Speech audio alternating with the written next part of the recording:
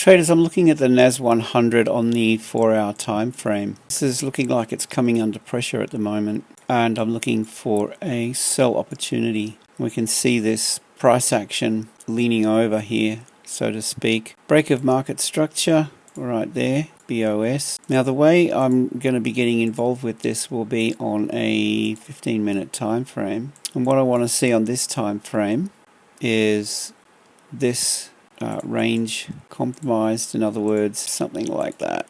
Right, so I'll be waiting for this to be, I'll be waiting for price to start trending down, and be looking for an entry point on the break and retest of the low. Alright, so we need this price action before we get involved with this. We have everything setting up. Now, if it trades in the other direction, then there's no trade, right? If it breaks north, okay? If it happens to break this way, no trade. Let's leave a note there. Okay, no trade if this breaks bullish. Only trade, okay. Only trade if price breaks bearish on the 15-minute time frame. That's it, guys. That's my take on the NAS100.